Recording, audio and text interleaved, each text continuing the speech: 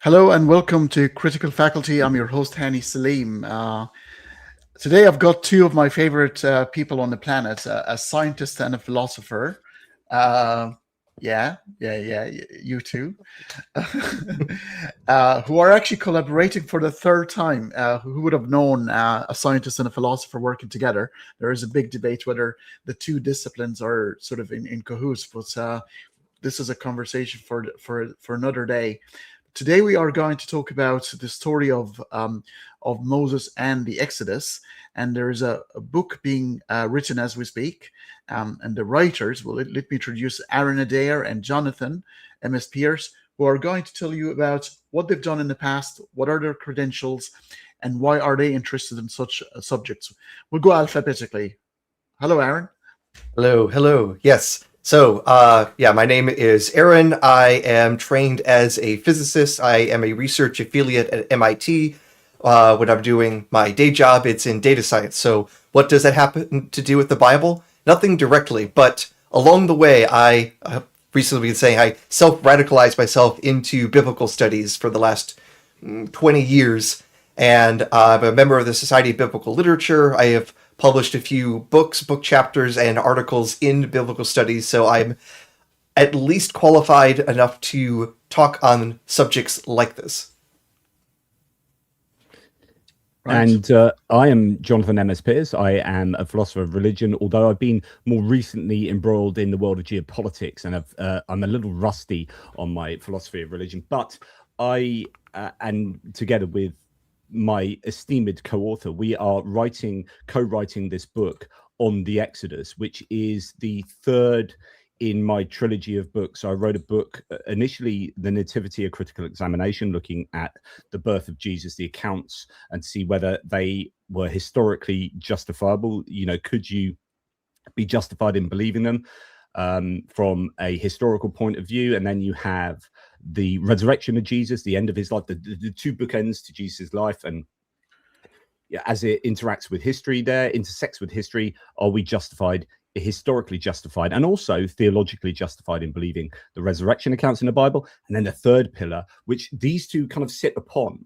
So it's almost there's a contingency here whereby the Exodus is the foundation to all of this. So if you are a Christian or indeed a Jew, are you justified in believing, about the accounts of Jesus, but then about what Jesus is kind of fulfilling in terms of the Mosaic law? Well, the story of Moses is the story of the Exodus. This again is another account that intersects with known history. And so we've probably got the three areas of the Bible in those three books. Those three topics that most intersect with history, and therefore we are in the best position to look at these claims with a magnifying glass to see if they actually stand up. We've got benchmarks, and we've got other extra biblical data. The wedding at Cana. There's how can we work out whether that happened or not? There's no kind of intersection with history there. It's just an assertion where it was actually these assertions, if you like, do intersect with history. So that's the basis of these three books, and in fact the third book that we are just sort of putting the finishing touches on at the moment. Right. I just want to say we are live on YouTube at the moment through StreamYard Studio, but I'm also co-streaming on TikTok. The conversation is going to be focused on around YouTube, but the TikTok viewers, if they can tell me that you can actually hear our voices, because at this point we're using the same sources to stream into the two streams. And so I was wondering if you can hear us on TikTok, if you can write a quick message to let us know that we are truly heard. Now, this conversation about the Exodus, I mean, there were prophets beforehand. Some even Muslims go to the length of going through the genealogy of prophets, including Adam himself. Apparently, the first man ever to walk the earth is a prophet. I'm not sure what kind of message is it, message to self kind of thing, or it's a weird situation. But there are a lineage of prophets preparing the way to the big event, and I guess Moses is one of those really telling stories. It's biblical, if you wish. But before we go into all of that, I want you to lay down the framework of how this is going to look like. What sort of scientific method, if we can call it that, in terms of history, have you used to write this book, and what is the predication? How can you tell that this has been this is a historical event and this is not? This is more likely a fictional, or at least an exaggeration. I'll let Aaron do the main answer to this in terms of sort of dating and whatnot. But essentially, you want to look at all sorts of different areas. You want to look at contemporaneous cultures, the ancient Near East, what was going on there, what do we understand from then? You know, we have similar sorts of holy books that we completely discount as being anything near true. And yet, for some people, the Bible, it has this... There's a lot of special pleading that goes on that the Bible is true. Okay, well, why are these claims true and these ones aren't? Especially when some of these stories seem to be pretty much the same. We can use archaeology. We can use our understanding of the cultures in which some of these stories existed. Our historical knowledge of Egypt, for example, is kind of necessary to understand what's going on with the Exodus story. And so, you know, just to give you a basis of a quick kind of overview of archaeology, traditionally used to have biblical maximalism, which is the idea that the Bible is just true. This is a presupposition. We presuppose that the Bible is true, and we run these seminaries where we are training these priests and whatever, and we as seminaries are going to pay archaeologists to go out to the ancient Near East, and they are going to do this work that proves what we believe is true. So you start with this benchmark that the Bible is true, and then everything you find in the ground, you have to kind of, you know, it's malleable. You can move it around and you try and fit it into the data that you think is true from the Bible. And then that kind of move towards biblical minimalism, whereby you throw out the Bible and say, actually, we're not going to start with the Bible. We're going to we'll do archaeology. We'll understand history as we've understood it through archaeology and all these other data points. And then we try and work out what we find in the ground in the context of things that we definitely do know, rather than starting with the Bible as truth. And so as you move towards this kind of minimalist approach, you get a very different understanding of what actually took place in this whole area. So so the Bible then looks very different in terms of, you know, are we justified in believing it? Well, previously you started off by believing it, then you went and looked at the evidence to post hoc rationalize that, and then you went back to the Bible and said, see, it's true. Now in a very different place, where you've got even people from the area, Israel Finkelstein and others, you know, really changing the domain, and archaeology looks very different to how it used to. And so, you know, when you apply that kind of approach to understanding the Bible, it starts kind of unraveling, and yeah. Anyway, I'll let Aaron take over from there. Aaron, the floor is yours. Yeah. All right. So I will focus a bit on the methodology of asking, how do we figure out what this story is, what it might have developed from, how much should we be taking literally, how much are we going to just have to say it's all made up, and even if so, when and how. Now, there's basically extremes on the view you can have, not just even like biblical maximalism, but traditionalist fundamentalism. Everything the Bible says is true, even the parts that contradict the other parts, everything is true. And then, of course, on more minimalism, what can we actually say from primary sources, either records of the actual time that we can pull out of the ground, or what archaeology can tell us? Which of these methods can help pinpoint anything historical from this story?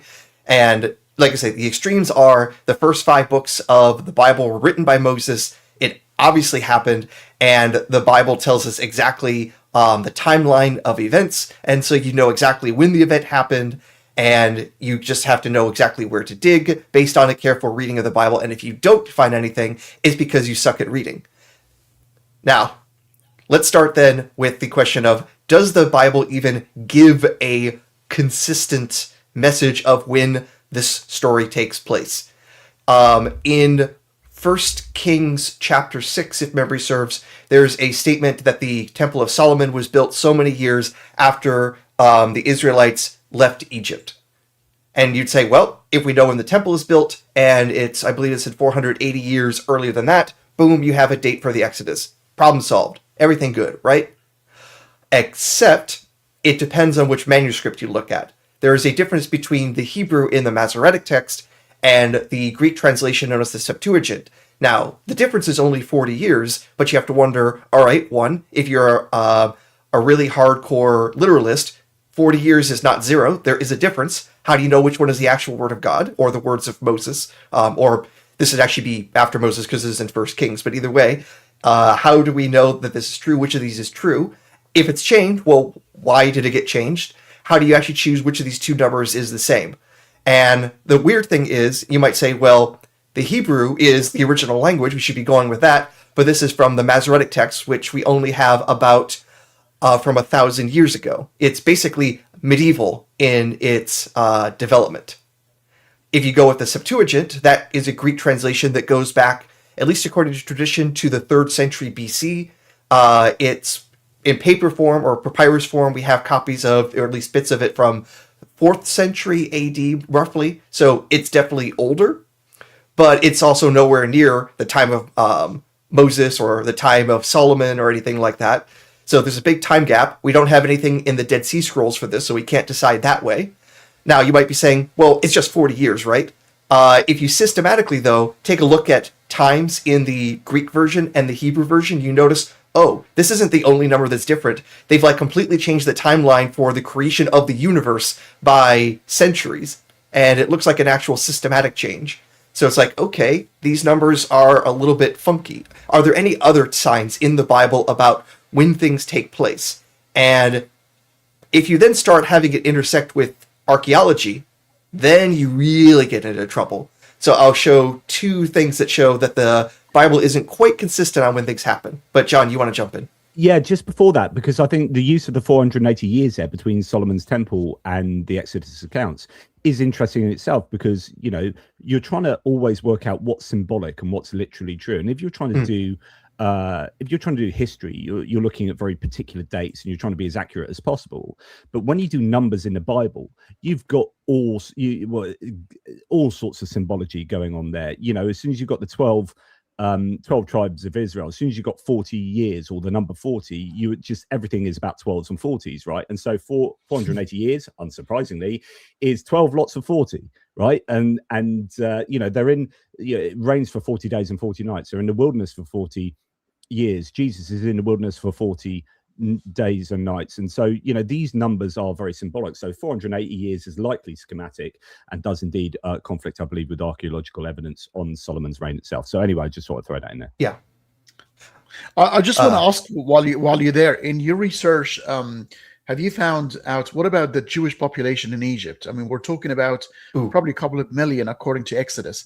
Has there been any record while you're reading sort of the record that what was the Egyptian population anyway to start with, and could it hold 2 million people of the Jewish people? I will connect that to the other archaeological issue with timing. So at the time of the Exodus, and this would be very broadly, the Bible would put things in the late Bronze Age. That's the general time frame that both the internal chronology would say and some of its other clues would say that this would be the late Bronze Age period. And at that time, when Egypt was basically at its peak power, the country might have held 2 or 3 million people total. And, well, the Exodus story, it actually gives a census multiple times of how many military-aged men left Egypt to go off in the desert for 40 years and then eventually be part of the conquest into the Holy Land. And it tells us there's actually multiple sources in the Bible as well. Spoiler alert, Moses didn't write it. And one of the sources says it was just roughly 600,000. And then another source says it's exactly this number of people from each of the tribes that totals up to about 600,000. I think it's like 603,000 and change army aged men left. And then you realize, well, that's just the men. They clearly brought women and children with them because 40 years later, you're not going to have too many fighting age men at that point. So, and we also know that the numbers afterwards was a similar number of fighting men when they do finally enter, because the Book of Numbers gives a census twice, the before and the after. And you say, okay, well, if there's 600,000 fighting men, if you just do the most basic estimate and just assume a nuclear family, 1 wife per man, 2 kids, and then you realize, oh, we're talking like 2 or 3 million people. So basically the entire population of Egypt left Egypt, hung around in the desert for a generation, and then entered a country that... With all the livestock that they would need to take with them as well, of course, and all the supplies. I mean, this train would be... In fact, they're supposed to be wandering around the Kadesh Barnea area for 40 years. And you're like... So wandering around there for 40 years is ridiculous. You're like, if you can't wander yourself out of the desert with that many people, I mean, they can probably... Just all that, those people in a line is probably the width of the desert, right? So it's just ridiculous. Oh, yeah. It's one of the estimates early on by one of the early... critics of the Bible in modern times, Rimaris, he basically does the quick calculation, said, well, if they just walk single file, the first Israelites would be entering the Holy Land before the last one left Egypt if they just walked in a straight line. So it's kind of ridiculous in how large the numbers are and how they could have possibly gotten lost along the way. It's just like, just follow the coast, go single file, the whole group gets there, no problem. Moses, you screwed up. But I mean, the real takeaway point from analysing the Exodus account is there's literally no evidence of it. I mean, you can maybe look at you could squint your eyes a little bit, but essentially there is zero historical evidence for this. Like, if you can find evidence of Bedouin tribes living contemporaneously in the Kadesh Barnea area, and you can't find evidence of millions of Jewish people, and there's no evidence of the slavery of that many people in Egypt, there's just none of this fits. None of the claims from the Exodus account in the Bible fits with known history and is not confirmed by any extra biblical data in any way, shape, or form. It's just that's your starting point, and it gets worse from there. Oh yes. Well, what about the gold? I mean, there's still some gold from Egypt as well, which somehow they managed to melt and create an idol to worship. How did they do that scientifically? How do you do that? They looked behind the sofa. They found a couple of coins. Just melt them down. Yeah. It's actually interesting we bring this up because often there's the claim, it's like, well, we wouldn't expect to find any evidence from these people because if they were like Bedouins, they wouldn't have taken anything that would have been well preserved in the archaeological record. If they just brought sacks to fill with water and all of that is biodegradable, then no wonder it wouldn't last. But it's like, but if they can smelt gold, they apparently have a whole bunch of metallurgical machinery with them. They have swords and spears, and of course, you're going to have to keep those sharp, so you're going to have basically a factory walking around with you in the desert to keep your weapons up to speed for 40-ish years until they finally invade. So it's like, and of course it talks about them having pots and pans, and pottery is like the way we detect ancient civilizations because that stuff does last in the ground for thousands and thousands of years. So yeah, all the claims, it's like, well, we wouldn't expect anything to find. It's like, yeah, you wouldn't expect anything to find if you have nothing but excusegetics for why you're not finding anything. And I love these kind of points because I think we take too much at face value. It's kind of similar to the Noah's Ark one, which is like I've written about this quite extensively, which is why do sensible people, otherwise sensible people, believe ridiculous things? So how is it that someone that drives a car, works at a sciencey kind of place and lives their life pretty standard ways, right, then believes in Noah's Ark, the story of Noah's Ark, which is that would require more water than there are water molecules on Earth, that would require like you to just completely throw away your sense of rationality. And it's because so often we hear these stories when we're young, before we've developed enough knowledge to be able to question them, and they embed themselves in our psyche, and they're our stories, they're part of our cultural baggage. And then we get to the point where we learn enough about the world that we then start using our understanding and rationality to evaluate all these other stories, but the core ones are embedded already. And so quite often you're like, well, that's a ridiculous thing, I'm not going to believe that, that's a ridiculous thing, but you don't kind of question your own beliefs. I mean, John Loftus wrote about this in The Outsider Test for Faith, and I think it's a decent book, considering it's a very simple concept, which is, you should always be looking at your own faith as if you're an outsider to try and test it. And I think so often things get through the veto system because they're embedded when we're young. Not all the time. Yeah. I mean, there's that bit of a theological bit prior to the Exodus, and the scenes, preparing the scene, the plagues and the killing of the firstborn of the Egyptians, and the bit of a magic show going on between the Egyptians and the Jews. It's a contest. Actual magic. Who's got the bigger snake? And the story persists to these days. It's been replaced by schlong rather than a snake. So measuring, literally measuring dicks at that point. Is that story before the Exodus? The ramping up of all these events. How do you see them, especially when it comes to the God's wisdom of killing the Egyptians' firstborn in order to soften the Pharaoh's heart? How do you see that? Well, if he wants to soften Pharaoh's heart, he should have actually been staying his own hand, because the Bible says over and over again that God hardened Pharaoh's heart, so that way God has an excuse to do more showing off. So there's a whole section of our book about the morality of God, and I know Johnathan very much enjoyed writing that section. Yeah, I mean, the hardening of Pharaoh's heart, we won't really go into the details of that today. We're going to look more at historical anachronisms. But from a philosophical point of view, if you're going to put very explicit causal language where they say, it says in the Bible, God did this so that happened. God hardens Pharaoh's heart so that this happened. I mean, the apologetics around that whole set of language, and it's repeated many times, the kind of hardening, is so, I think it's quite embarrassing from Christian apologists' point of views, because there is no getting away from, you wouldn't have that causal language unless either God wasn't sure what Pharaoh would do, in which case he's not omniscient. So I'm not sure. I think he might say no, but I really want him to say no. So I'm going to harden it just in case.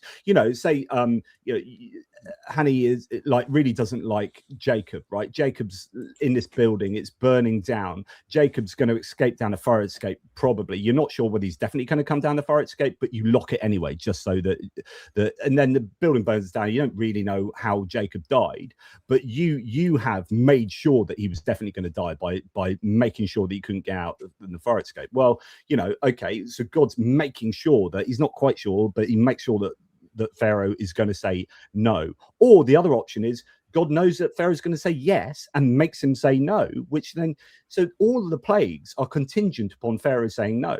So the death of the firstborn, the death of cattle, gnats, boil, blood, all the horrors that those 10 plagues are, like the death of children, that's on God. That is, so God has brought that about. So it is, honestly, I spend a lot of time writing about this in the book, because it is absolutely horrific.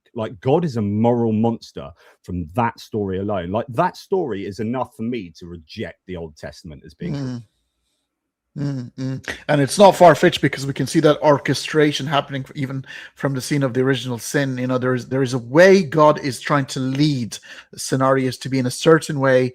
So otherwise, Jesus we're going to talk about Jesus in a different conversation, but his job description is that. And if the original sin never happened, then Jesus would have not been as important, probably. But let's go back to the... Can I just to finish that idea off? The biggest problem for what I call omnigod, which is the classical God of classical theism, all powerful, all knowing, all loving.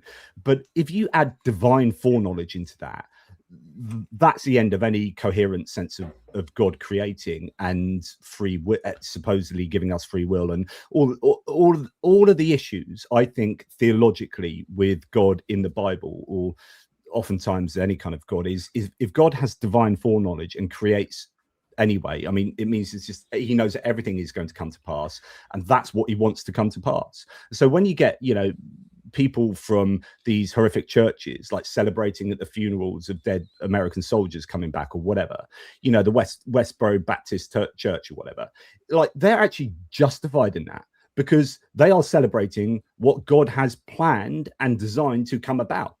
And yeah, so go and celebrate that because there's nothing greater than God, right? And God has brought that to be, and with intention. So divine foreknowledge is incredibly problematic for this more modern understanding of a loving kind of abstract God. Actually, I'll involve Aaron in this one here because we might spend a couple of minutes and then go back to the literalism of the Bible, because I've actually used a bit of physics to solve that problem. When it comes to omniscience, and the only way out, an intervening God is kaput. It doesn't work.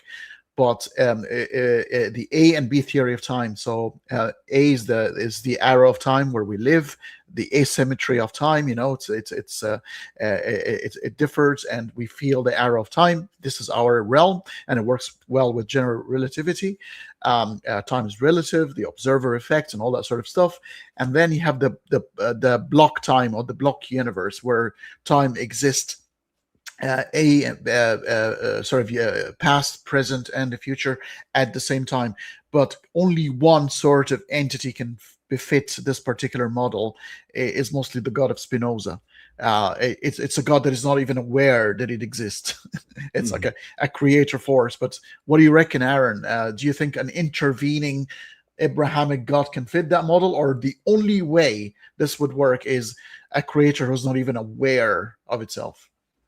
Yeah, one quick correction. The A theory of time is actually inconsistent with special relativity. That the B theory is the only time theory that actually fits with that, especially because in relativity, you don't have agreement on what the present is, simultaneity, and what the present moment is off. So you're right. Minor correction there on which is A versus B. Honestly, the labeling that was created at the early 20th century, it just sucks because it tells you nothing. So poo-poo to that. But nonetheless, yeah, I would say that the A theory makes more sense on a being that isn't supposed to know the future, because on the B theory, basically every single moment exists equally. The future, the past, and the present all exist simultaneously, just like every cell in a piece of film exists for the whole movie that you're watching.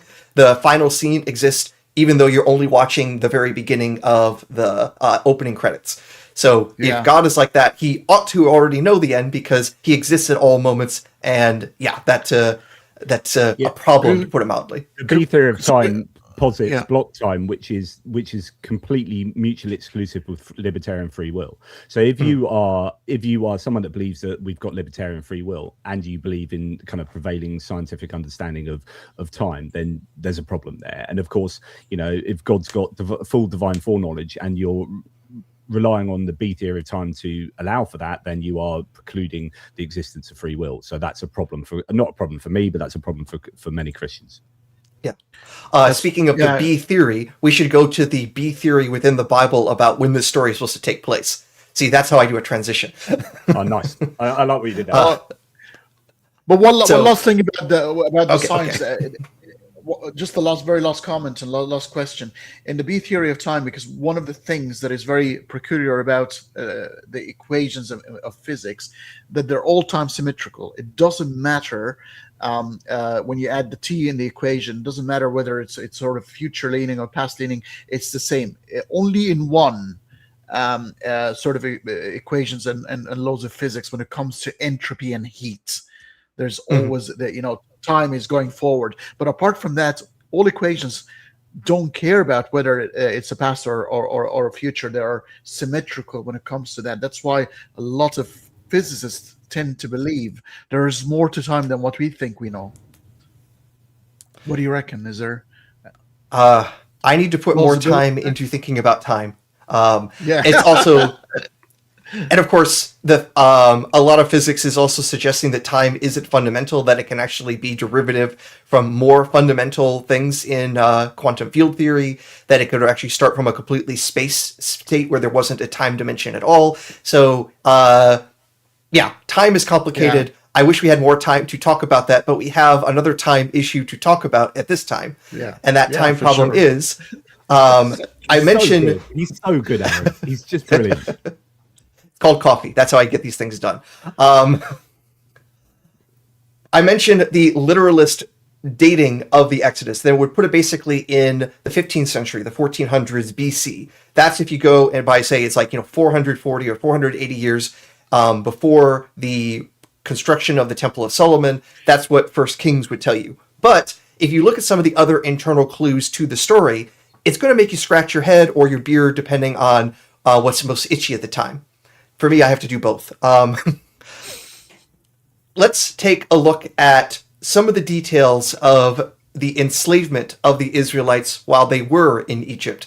According to the story that the Pharaoh who comes in after the days of Abraham, after the days of Joseph, he isn't a friend of the Hebrews, and he puts them into mass slavery and has them start building these towns of Pithom and Pi-Ramesses. And we know these towns from the archaeological record, not the least because one of them carries the name of a pharaoh. Pi-Ramesses literally means like the house or the temple of Ramesses. And we know exactly when there were pharaohs named Ramesses. Specifically, there was Ramesses I in the late 14th century, and Ramesses II, also known as Ramesses the Great, in Greek sometimes also called Ozymandias.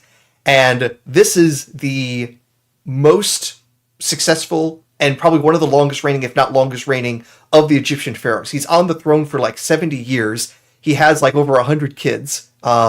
He was very productive, you could say. He built a gargantuan number of monuments. He had some relatively early successes in military stuff, such as the Battle of Kadesh, one of the earliest datable battles that we actually have like records of from both sides, actually, a little bit.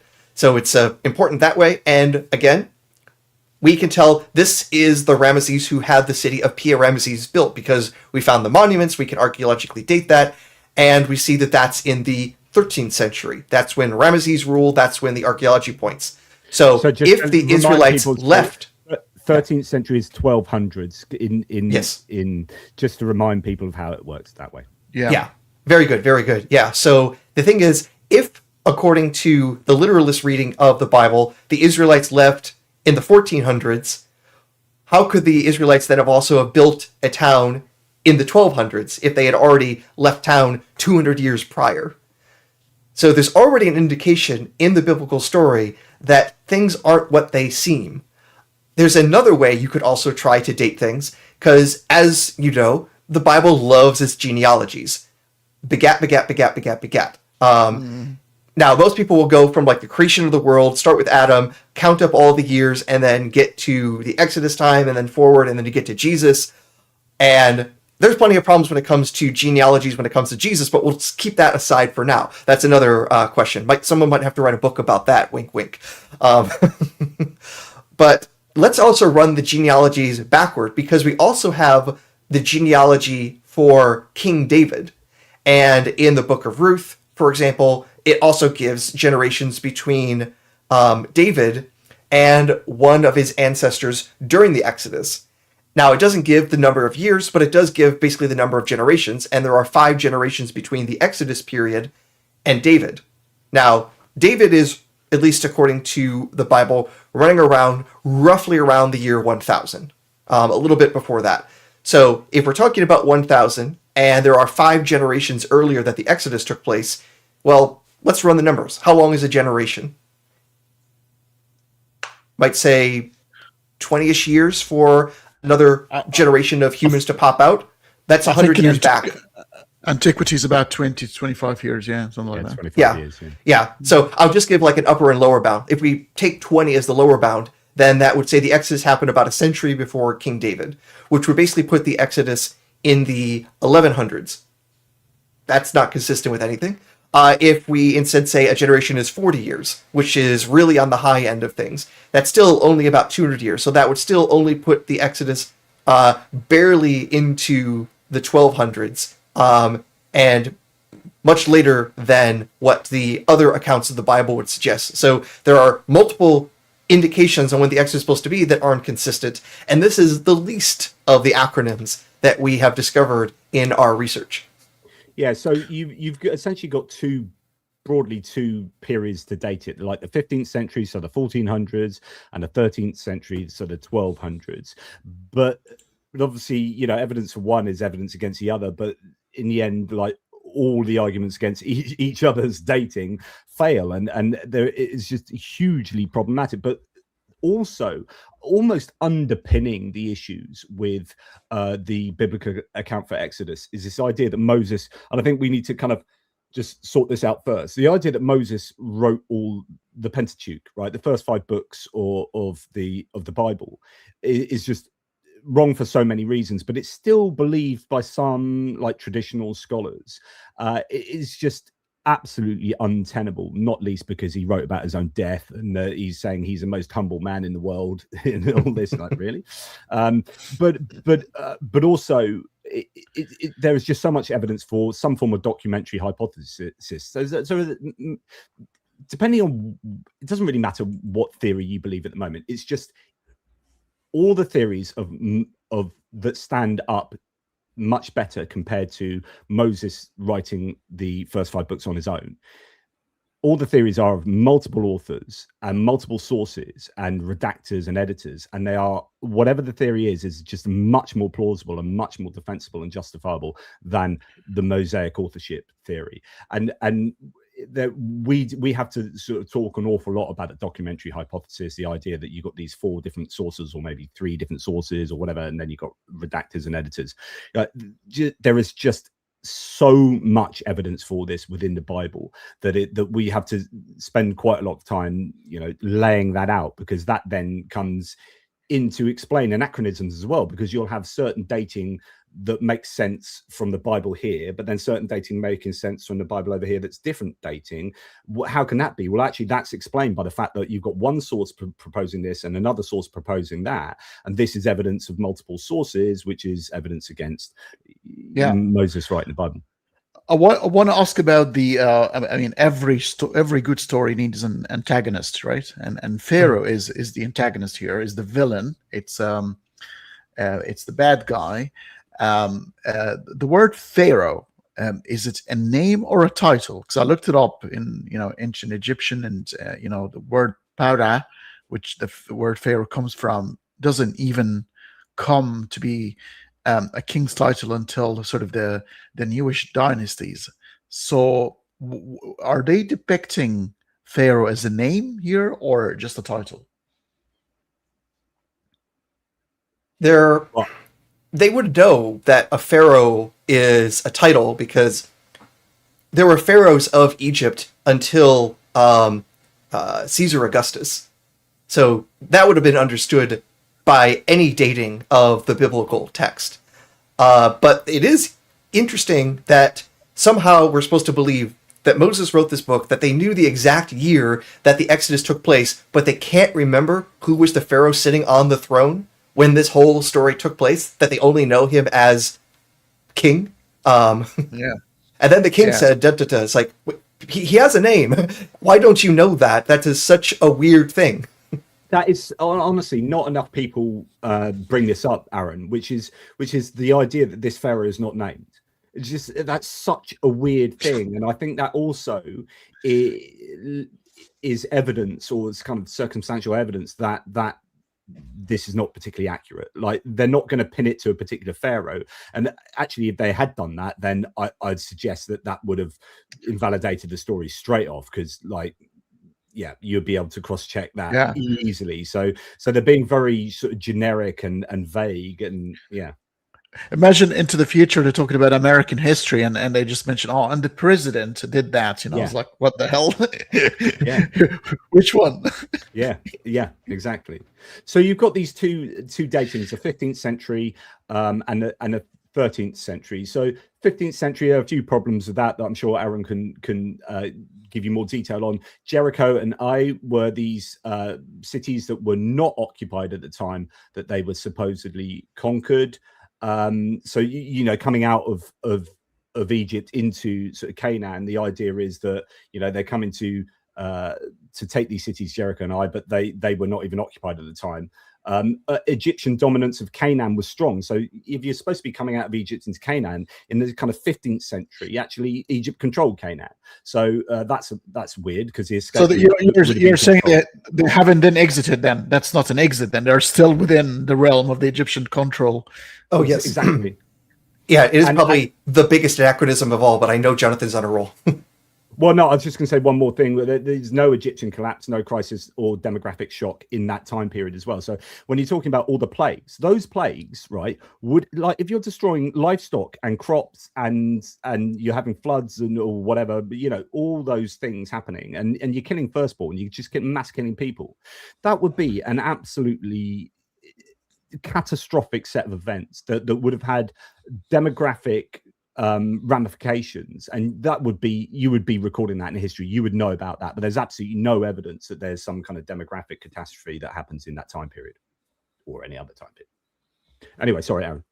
Yeah, I want to especially highlight the level of anachronism when it comes to Jericho and Ai. So Jericho, with a famous story of the walls falling before Joshua blowing trumpets. So clearly the story takes place after the time of the Exodus. Now, we have been excavating at Jericho for over a century. There's been a lot of really good research. There's ongoing research as well to develop even more information about the site. But we have had a pretty darn strong consensus about when its famous walls did fall and what was the state of Jericho afterwards. The only thing that has changed from the 1950s is going from after the collapse of those walls of Jericho, there being no population, to after the collapse of those walls of Jericho, there was some pastoralists around. It was like, it went from Grand City to Shacksville, effectively. It would greatly diminish. And we can confidently date when this happened based on the methods of archaeology, and it took place at least a generation before when the Exodus was supposed to have taken place. So, whoopsies, Jericho had already collapsed before Joshua was even born, let alone leading military campaigns. So that's already an anachronism. This is the early, and yeah, just to reiterate, this is the earlier dating as well. So this is a 15th century. So if you are advocating it happened in the 13th century, so the 1200s BCE, then it's even worse. You're out by like Jericho collapsed not just 20 years before, but like, you know, 320 years before. Anyway, sorry, or 220 years before. Yeah, but that's peanuts compared to the issue with Ai, because we also have been excavating at the tell that Ai is identified with, and it was destroyed 1,000 years before the Exodus. So that's a gargantuan anachronism. In fact, the name kind of gives away that it knows it's an anachronism, because Ai in Hebrew means rubble. Do people call their town rubble pile? No, this is what you would see when it's just like this ruin left from the past, and you're now just calling it Rubble Town. So it's already indicating its anachronism there, and the fact that, Ai was destroyed roughly 1,000 years earlier definitely says Joshua didn't do it. Were there any, when you're researching the topic, that the Jews were enslaved in Egypt? Or they were sort of, I think Egypt, it's fair to say a cosmopolitan place, maybe flourishing better than other spots on Earth. You would expect humans, we've always done that, go to a better place to live, you know. So I can completely understand there will be some people from different nationalities, from different places coming to Egypt to sort of have a better life. But were there ever any record? Obviously we've established that the numbers, it can't be, because that's the exact number of the Egyptians themselves. So we're talking about a Jewish state within the Egyptian state, but were they slaves? So, there is evidence that very minor levels of slavery were taking place. As you say, it's very common. There was a letter sent, I think, back to the Egyptian kind of command saying, hey, we've captured a couple of escaped Canaanites, what should we do with them at this outpost, right? And that's pretty normal. So okay, minor slavery, but like just completely as you would expect, as you kind of intimated. Just going back to the alternate dating, so in the 1200s, the 13th century, Egypt maintained very detailed military and economic records at this time of Ramesses II, and there is, as you suggest, no suggestion that there were any slaves, no suggestion of national catastrophe, no loss of military forces, and Canaan again was an Egyptian province, making like that conquest again implausible. So, but yeah, there is no evidence of mass Egyptian systematic slavery. Yeah. So it's not systematic. It's like prisoner of wars. Whatever used to happen in antiquity is just the regular stuff. There is a conflation that will happen, especially amongst apologists, that there is evidence that there were Asiatics, or even more specifically Semitic people in Egypt as slaves. That is definitely true, but that also has been true for centuries. And if we're talking specifically about Israelites, we can't just say there was a Semitic people group, because in the same way, the term Semitic is much wider than just Jews. Arabs are Semitic; they speak a Semitic language. People from the northern Levant before there was in Israel were Semitic. So it's a conflation on purpose to try to make the story sound plausible, when the fact of the matter is the evidence for any Israelite people group even existing in Egypt is null, let alone mass slavery. The earliest mention of any people group known as Israel comes from an Egyptian war monument from roughly 1208 BC. This is the famous Merneptah stele, and this is Merneptah coming into the Holy Land and basically, kicking ass, taking names, bringing back slaves and booty and things like that. And amongst the places or people groups that he beats up is a people group known as Israel. So we knew at that time there's a group that has that designator, but they're already living in the Holy Land. And apparently they're no match for the Egyptians, because they lose so badly that, according to the record that the Egyptians said, we basically said they don't even exist anymore. We kicked their asses so hard. Obviously, it's exaggerated, that sort of statement, because there was a people group known as Israel afterwards. But when you're trying to say, hey, there was this entire massive group of slaves there, and you can't even show that people group even existed at the time, you got a tall order trying to prove your claims. Yeah, and there is an argument from silence here. So just to head people off at the pass, if they're going to say, arguments from silence don't work. Arguments from silence are valid and sound if you would expect there to be evidence. So, for example, if I say to you, my next door neighbor Doris, she's had a house had a house burgled, and you go in and you can't see any evidence for that. There's nothing immediately there. It doesn't disprove that it didn't happen. You might not know exactly what she had in the house, and it's a bit difficult. But there are certain times when arguments from silence are very, very strong. So, for example, if I got back off holiday and Doris told me, there was an earthquake yesterday, and it was 8 on the Richter scale, or whatever the new scale is for earthquakes, and there's cracks everywhere, and there's everything shook up, and it was a complete catastrophe yesterday. Oh my goodness, what an incredible earthquake. And I walk around the town, there's no broken windows, there's no chasms, there's no this, there's no that. And that is disconfirmatory evidence. That silence, lack of evidence, is confirmation that her claim is untrue, I would argue. And so arguments from silence can be really, really, really powerful if they're properly used. And so when we look at Egyptian, the Egyptian records were very, very good. I mean, Aaron will tell you more than me, but they had really good census records, slave registers, military inscriptions, administrative papyri, and the Exodus would have represented an economic collapse, a religious humiliation, a military disaster, all of these demographic catastrophes aforementioned. And if you see no evidence for that at all, then that is disconfirmatory evidence, I would argue. The lack of evidence is evidence. Sometimes there's it didn't exist. If you expect there to be evidence and there is none, then that is disconfirmatory evidence. Because we're not talking about God here as an entity that is supernatural, outside of space-time. We're talking about events that took place on Earth. So there should be some evidence, especially we're talking about a couple of generations in Sinai.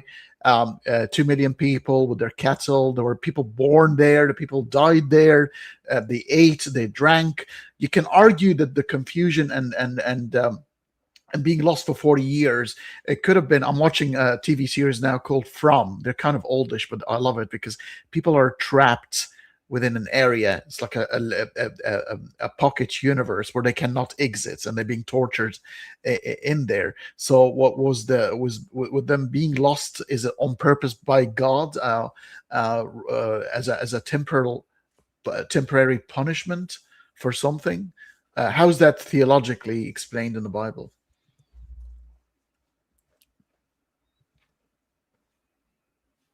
Not sure how best to answer that. Johnathan, what would you say? I was just going to go off on one to talk about something quite different. I was just prepping up for my next point, so I was sorry, I didn't really catch all of that, because I was going to go big on talking about the exile. So like, sorry, I'm not answered your question at all, because I honestly didn't hear it quite enough. But something that we definitely need to establish is the importance of understanding when we think the Bible was written and why it was written, and then how that then helps to explain some of these anachronisms that we're talking about.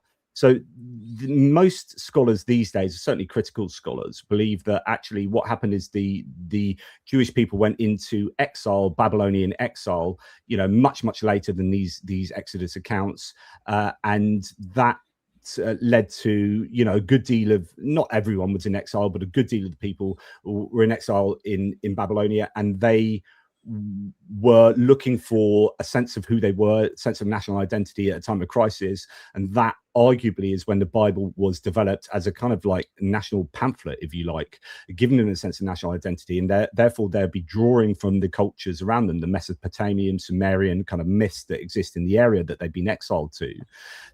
So that when you're starting to see some of these stories pop up in the Bible that actually originate from this area, you can understand that actually if the Bible was written in the exilic period or post-exilic period, then there are going to be these hallmarks left over in the biblical writing. And then you start seeing things like political assumptions reflecting Iron Age realities rather than Bronze Age Egypt, and the narrative reading much more as someone imagining what Egypt was like back then rather than knowing that what it was like at the time. So you get this sense of writing in exile about somewhere 1,000 years previous, but imagining what Egypt was like. And actually that's what you get from the Bible. So one of the big anachronisms I'm sure Aaron can tell us about was, say, camels being used, or pitch being used on the side of Moses' basket, and his whole birth story appears to have been lifted directly from King Sargon of Akkad in Mesopotamia. But actually, these like camels didn't exist as domesticated animals at that time, and pitch wasn't used in that way at that time, but it was used 1,000 years later, right, or 700 years later. And so you've got this retrofitting of modern ideas and things back into these stories that you're writing of events that supposedly took place all this time ago, but you've got all these clues that actually is much later written in the exilic period or post. So maybe let me ask a question maybe relevant to that. Do you think, given that this story is written after the events are supposed to have happened, is it a reflection or a psychological compensation for the Babylonian enslavement, and this is a society that is trying to establish itself as here we are, we conquered fear, we conquered defeat, and we came bigger and stronger to the 100%. Point where God. Yeah, do you think that'll be the narrative? I think you can't get away from the fact that the in my opinion, these Jewish people wrote the story of their existence while in slavery, talking about breaking free from bondage and slavery back in another time and place. Like for me, it's like. And when you understand that, these stories become so much more powerful, in my opinion. And this is what you would do if you looked at at a holy book in another culture, and you go, oh wow, look at how this relates to that, and it's a reflection of this, and you can see the connections, and we can use textual criticism, and we can there's this interconnectivity between these ideas, and these texts then become alive, rather than saying, right, I'm reading this and it has to be true, and it's true, and it doesn't matter. No, this is telling us about what these people were feeling in exile in Babylonia, arguably. So anyway, sorry. Yeah, I mean, I remember watching this movie. It's a horror movie called the Exorcism of Emily Rose, where I think a girl's been abused by one of her relatives, and she didn't mean to, but eventually she had to create that persona where there's a devil and stuff like that to be able to live instead of going into insanity.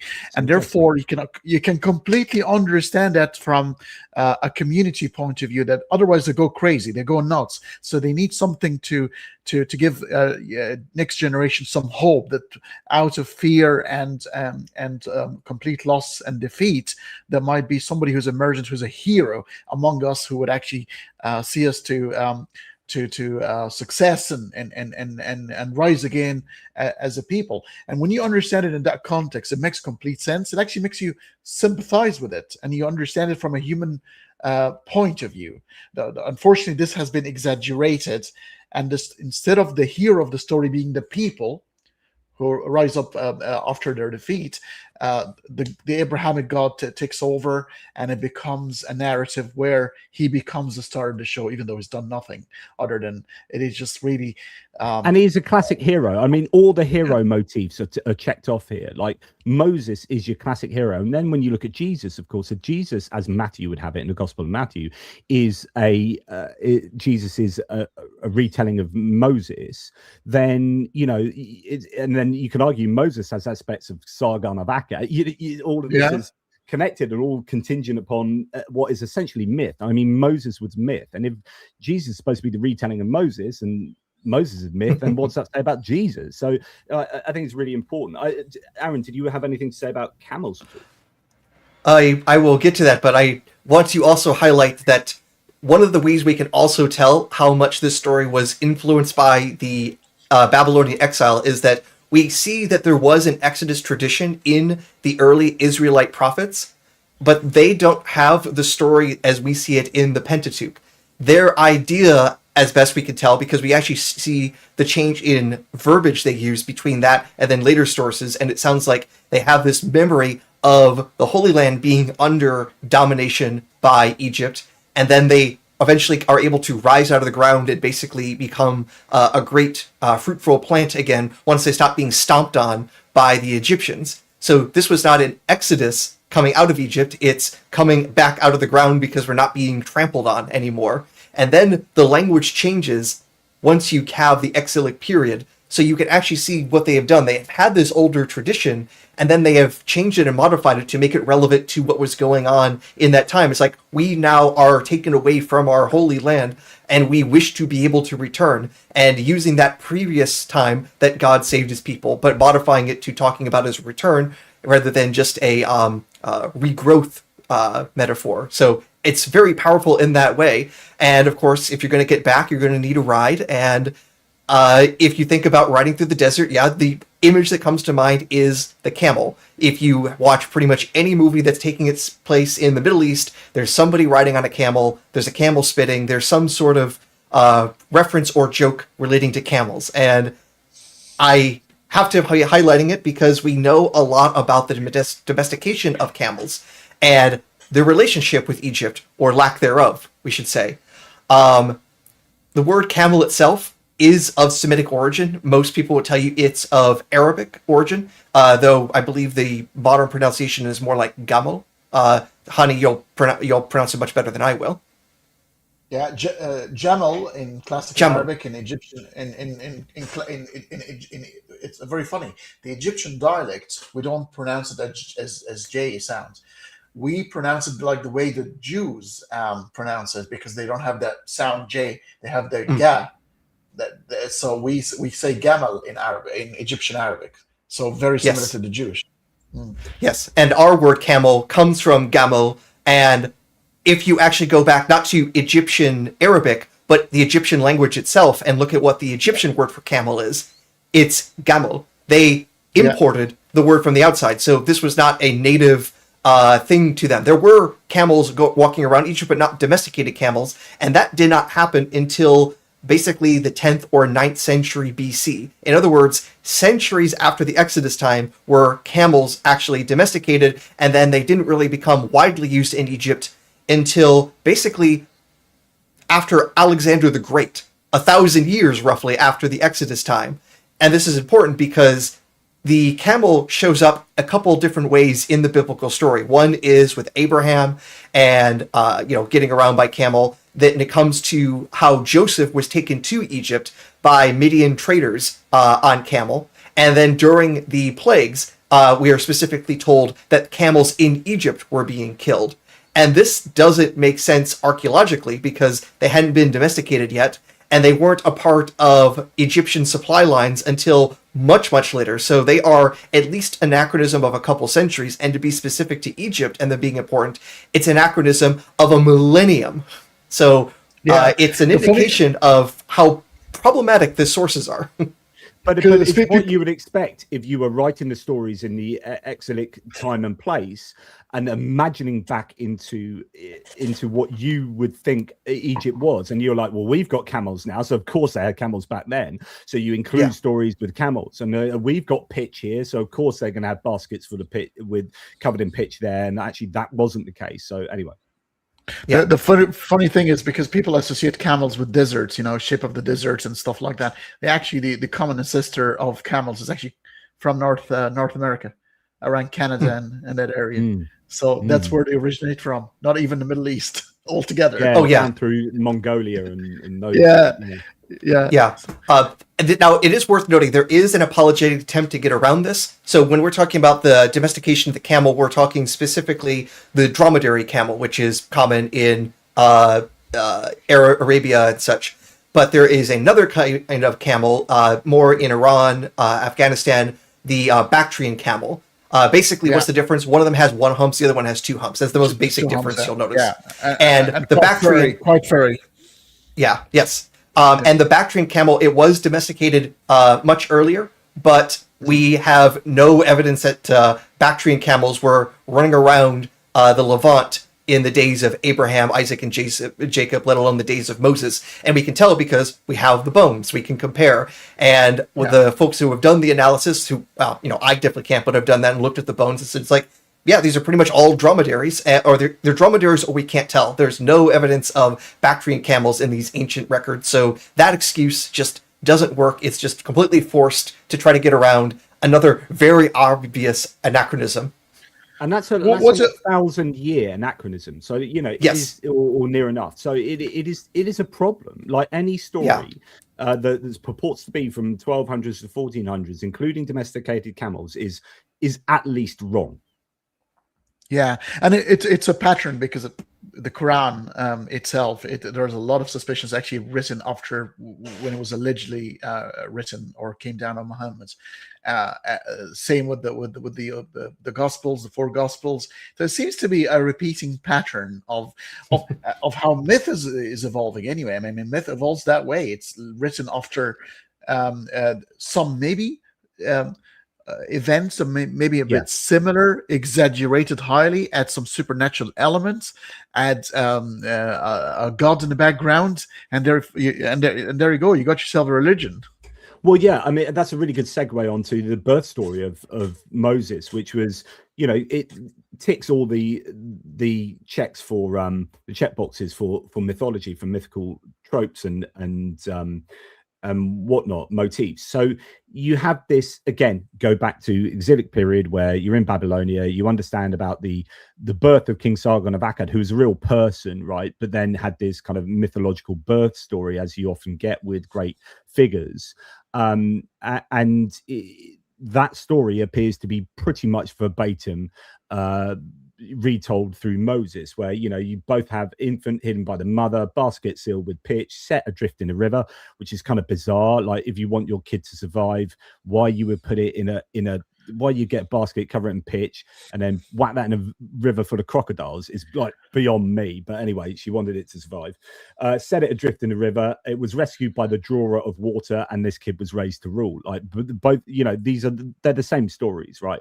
But for the Egyptian version to be, or the biblical version to be correct, it's kind of weird that you have this basket covered in pitch. And this is again one of these little things like camels, where you look at it and you say, but did they have pitch in the Egyptian area at the time of this story is supposed to have taken place? And no, they didn't. So I spent way too long in the book writing about whether or not it is realistic to think that they used pitch to waterproof, to caulk this. So you want to then be looking around. So okay, did pitch exist here, and did they caulk things with it? Did but in Egypt, what they do is they wad boats wood with like other stuff. They whacked it in, but they didn't caulk it with they didn't cover it in pitch to make it waterproof. And in fact, there's only like very small evidence that pitch was used either in trade or in terms of it was sort of used ceremonially in mummification processes and stuff like that. But there's no evidence at all that pitch was used. But however, back in the time when the King Sargon of Akkad story came to be, pitch was known to be a major thing in the Mesopotamian area, and it was actually famous for it, right? And so, you would expect there to be a story involving a pitch-covered basket from Mesopotamia, but you wouldn't expect it. And there are loads of apologetic attempts to argue that pitch was justifiable to believe that pitch was used in the Egyptian area at the time, but none of them work. And so I spend a lot of time going into just looking at this one detail and saying, actually, no, we should not be justified in believing that pitch was used here, and therefore it's much more likely this story was just lifted from a previous story where pitch was used. Yeah. So my earlier question about why were the Jews lost for 40 years in Sinai, and me trying to understand it in a way that it wasn't really them being lost and being stupid. It was more of a temporary punishment by God for being horrible believers. Like they never really believed. Every time, imagine seeing all these miracles in front of you, the splitting of the sea, tables coming from the sky with food and stuff like that, and still Moses goes up to the mountain to receive the 10 commandments, and then here we go, the golden calf is being worshipped, and they go, that's what it's about. Here's your punishment. All of the Old Testament is for me about moral codes, right? So you've got the covenant code, you've got the Decalogue, the 10 commandments, or 14, or however many, again, depends which source you read, right? But for me, like, it's all leading to all of these stories. Like you can map it out in Genesis, and it's all about kind of moral revelation, and it's about like giving you the laws. So these stories just lead up to, and here are the laws, and this is how you should live. And then you get these other situations where other laws are just thrown in as a reaction to how people were existing at the time. And you had is it Josiah or Jeconiah? Josiah luckily finding some stuff in the temple wall, and then what I wanted were these rules. I've just found them in the temple rule, and now these are the rules. Because that's the rules you wanted, and there's nothing to do with God delivering them. But anyway, it's all about, like, for me, legal revelation. So that's the key. So the Exodus story arguably is about getting to the point where Moses can deliver the Mosaic laws, can have them delivered to him, and he delivers them to others. Yeah. Do you see as well, there's a lot of people, especially Christians, when they argue for, because remember, Christians have a mission on their hand to reconcile the Old Testament God with the New Testament God. So they're saying, well, this is God's preparation of these people. These people were not ready to receive the Lord. They are harsh, they're horrible people. So I'm preparing you psychologically, and I'm softening you over the years. So what do you reckon? It's almost like sometimes the Hebrew Bible is some of the most filled with some of the most anti-Semitic stories. It's like, oh, these people are terrible. They're my people, but boy, oh boy, do I have to whip them into shape. And by whip them into shape, I mean torture them for generations. It's not exactly painting a kind image of the chosen people, to put it mildly. But it's a real issue that I have with progressive revelation, which is the idea that we couldn't tell them slavery was bad then. We have to wait, till the 1800s or whatever, 17. It's like, no, people could understand. So what we do an awful lot in this book is look at legal codes, Uranumu, the Hammurabi codes, all these existing Hittite codes, moral codes that were written down that we know about, that were dated from this time. And then you get the Decalogue, and then you get the covenant codes. And what we should do as kind of historians or people who are interested in truth is look at the Bible in the context of the ancient Near East. Don't special plead it out of the ancient Near East and say, well, all of these ones are bollocks and this one is true, and I believe the Bible because I believe the Bible, right? It's saying, oh, I understand this as a moral progress through time from the Hittite codes and all these other codes. And you see the Bible takes these codes but then changes some of them, but it doesn't pop out of nowhere. This is a progress. So this should be understood in the context of the wider ancient Near East, and those legal codes, I think, are the point, really. The Bible is often better understood in how it changes stories. So when you have the Epic of Gilgamesh, right, having in, what is it, tablet 12 or tablet 13, it has its own flood myth, which essentially the Noah's flood is lifted from that, and you got verbatim the stuff to do with dove and raven, which is weird in the biblical account, but when you understand it from Gilgamesh, it makes sense, right? So yeah, oh, right, now I understand it makes sense. This is just a retelling of the Epic of Gilgamesh.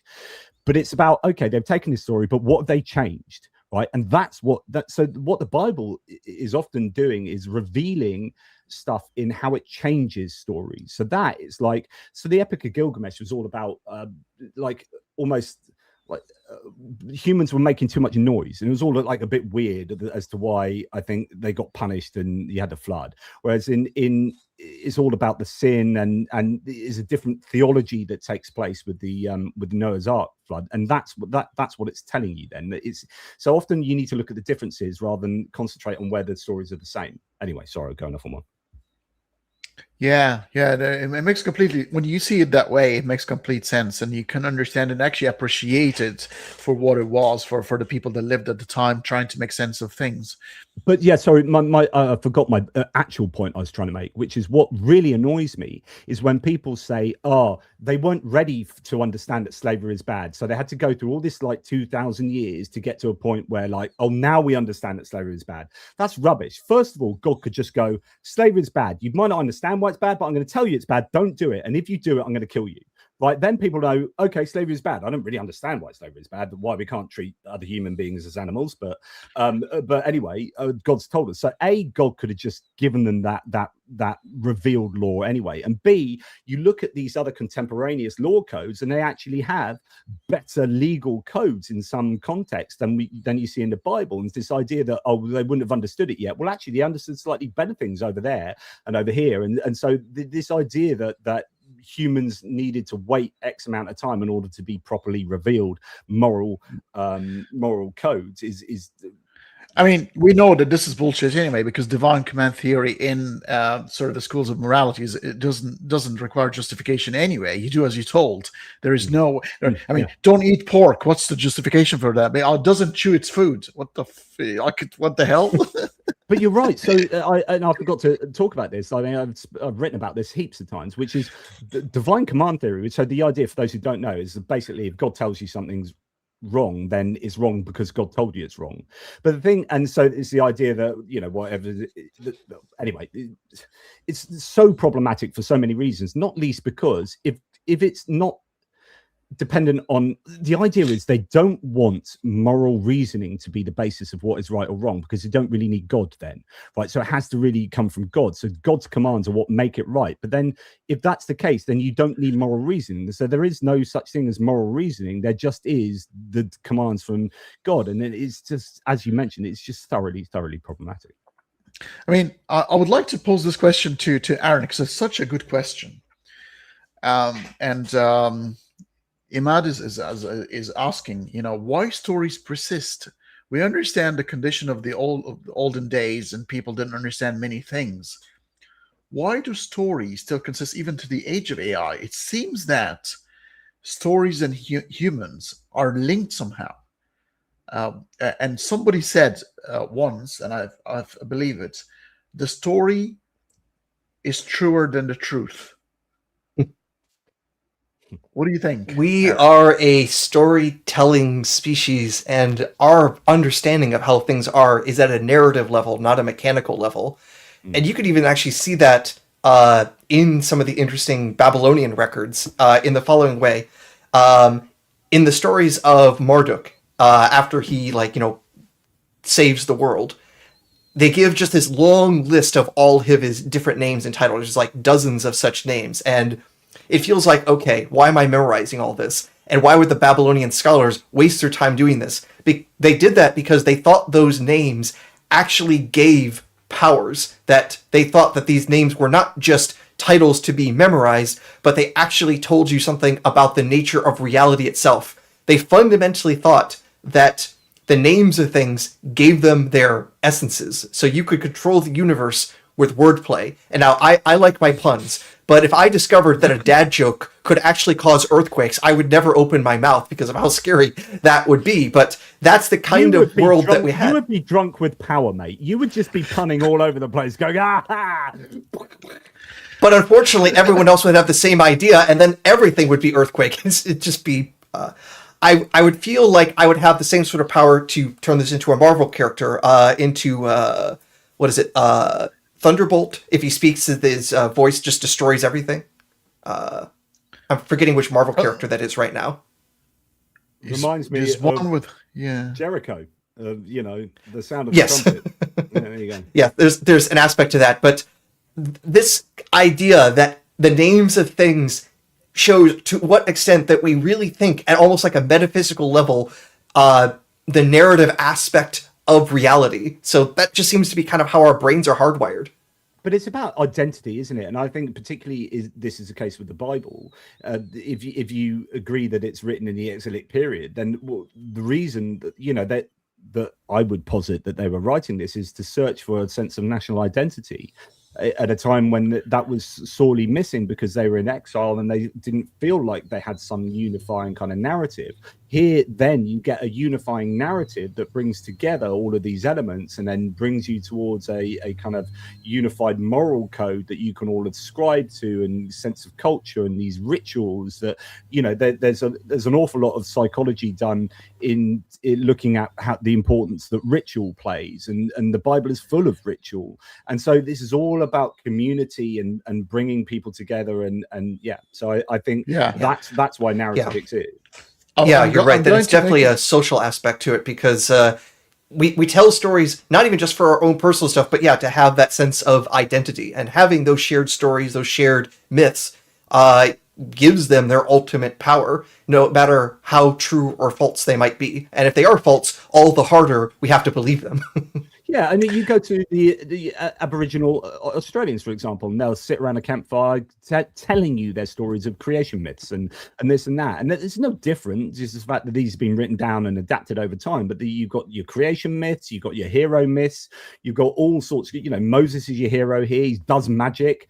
Him and his mate Aaron, they magic with their big long staffs, and you got battles and you've got this and that. It is a set of myths and legends and stories, and to teach you and unify you and give you an identity.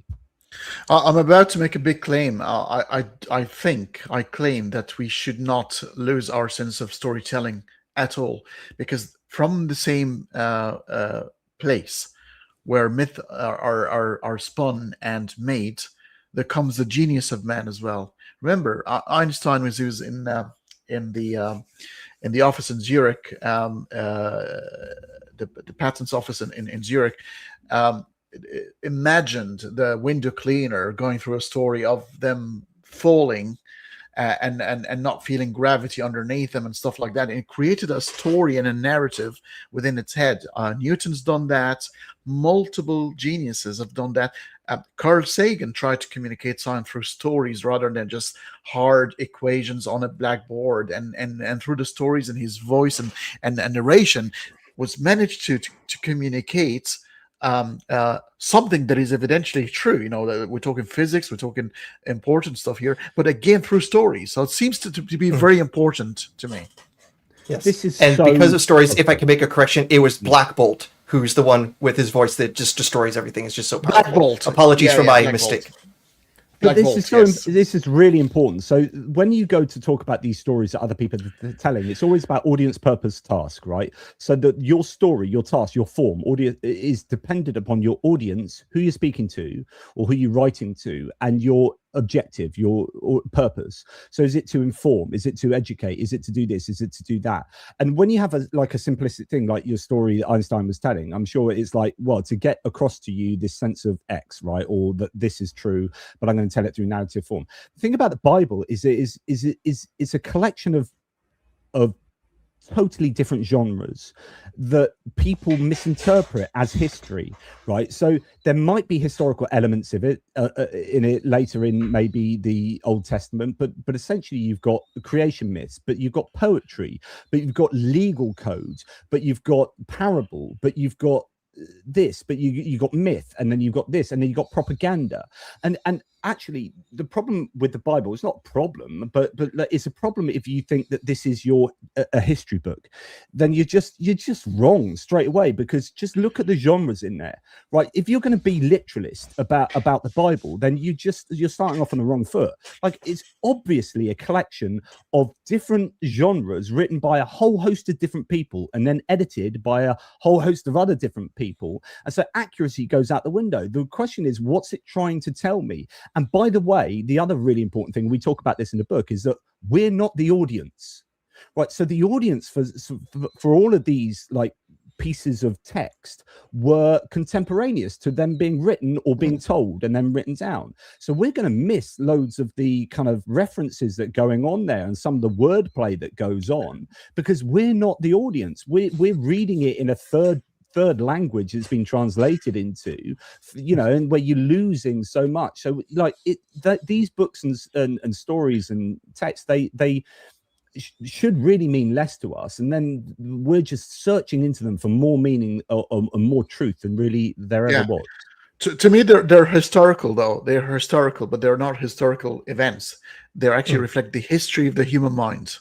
How we used to think. And so I think I don't like when people burn the Quran and the Bible. It's just, I can understand. I can, if they've been oppressed and stuff like that. But to me, these are treasures.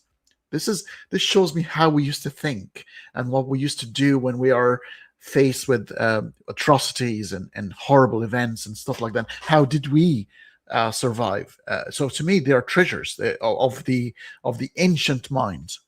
It's all right. There are quite a lot of Bibles and Qurans, so I wouldn't worry about a couple of them being behind. Yeah, they're not disappearing. They're online. You can go and read them online. It's fine, in loads of languages as well. So how do we progress the story from here? So we got to the situation Sinai. Then God had a confrontation with Moses.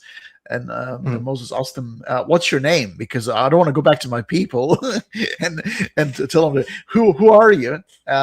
What do you think of that particular scene with the burning bush and that little conversation between Moses and God? Well, I think this is the story that we actually learned that the true God of the universe is Popeye, because he says, "I am what I am." And that's at least how I translate the Hebrew.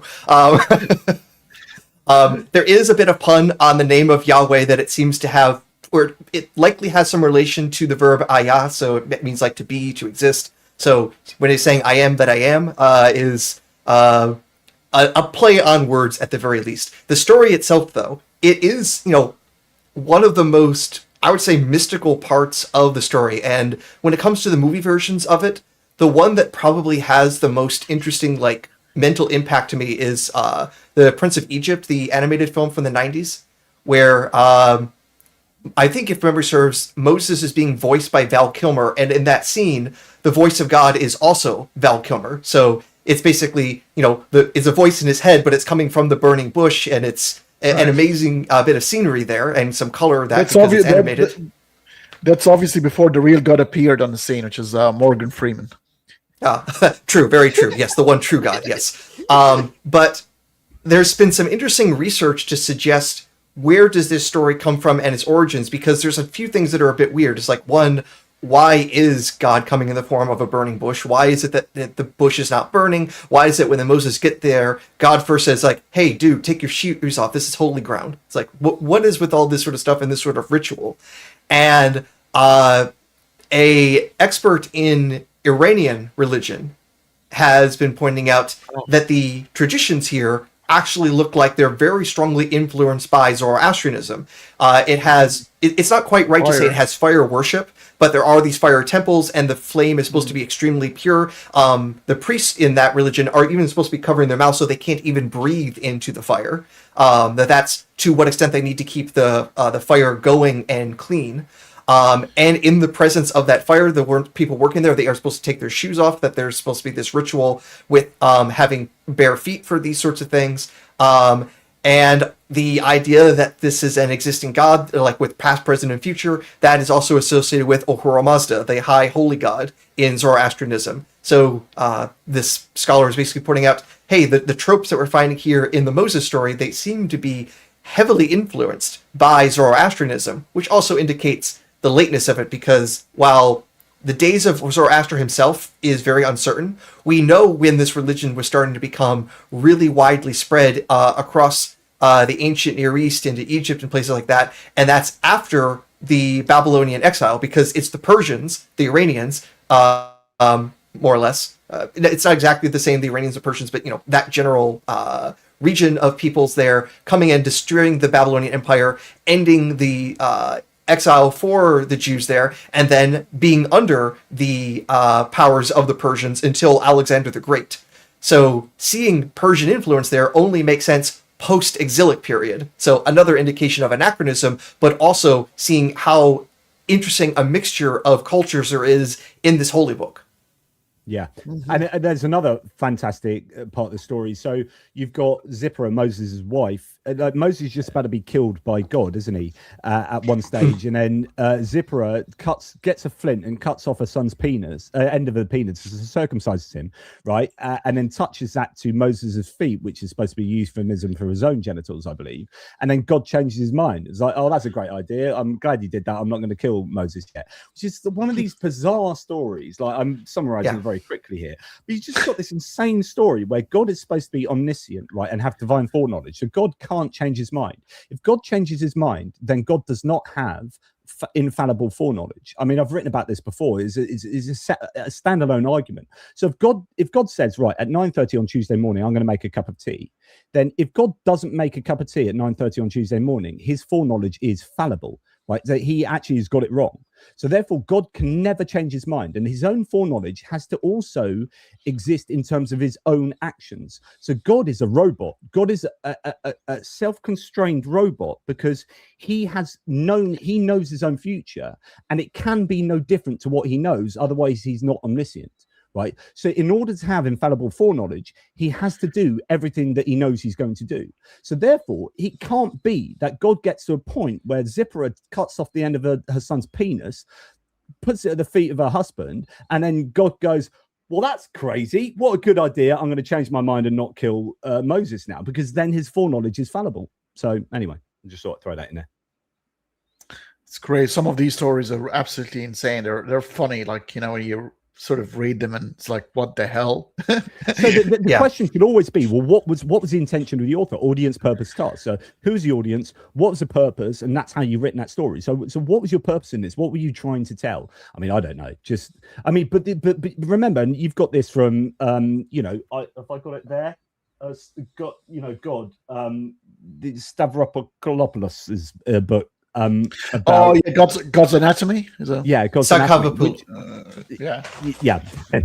So the idea that at this time God was very much a kind of human construct, but a human of human construct, right? We were very, very corporeal, okay? And it was, and you talked about this earlier, trying to reconcile the God of the Old Testament with modern religious ideals is really difficult, because the God of the Old Testament is someone that walks among people, that changes stuff up, that gets involved, that shows Moses's face, his arse, or whatever, all these kind of things involving God's body. And then the God we have now has no body, is an abstract idea, has no gender, is this thing that is just pure love. And you're like, well, okay, but then these two things? I often argue this that they're just so incompatible.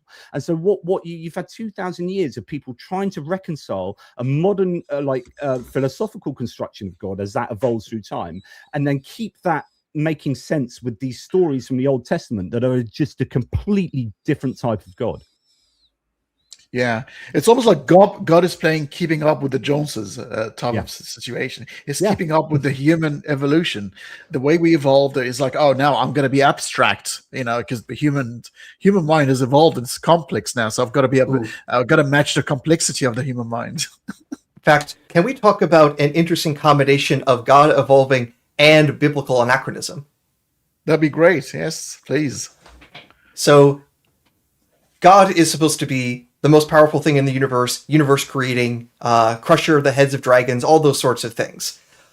But like most deities, they have a collection of stories that change over time, and our friend in the Bible seems to be the same kind of way. Now, here's the most interesting thing I'll show first as an anachronism, and then show that we got some development in the big guy. The Hebrew name, the Tetragrammaton, we have a little bit of uncertainty what the vowels are there, because the Masoretic text actually purposefully identifies the vowels in there. It uses the vowel points for Adonai in place of where we have the Tetragrammaton. So that's ultimately like how things get screwed up and eventually becomes Jehovah over a long process. But something like the name Yahweh. And we can find that kind of name in some Egyptian records in the 14th, 13th century, associated with a nomadic people known as the Shasu. But here's the thing that's a bit interesting. According to the Exodus story, Pharaoh knows the name of God. In the story, Pharaoh uses the name Yahweh multiple times, that he's supposed to know who Yahweh is. He knows the name of the God that's kicking his butt, or hardening his heart, if we want to use biblical language. But the thing is, in those Egyptian records, the Yahweh or Yahweh that they know of, that they associate with that people group, isn't a god. It's a place name. It seems to be a region. So the Shasu of this region called Yahweh.